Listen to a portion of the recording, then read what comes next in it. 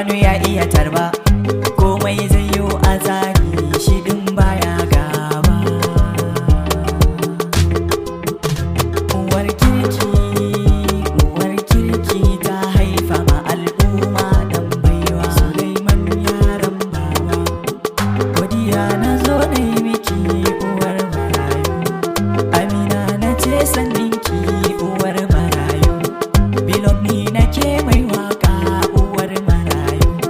Lakabi suna gare ki uwar marayu. Amina Musa Muhammad Kaita, Kaita, Kaita.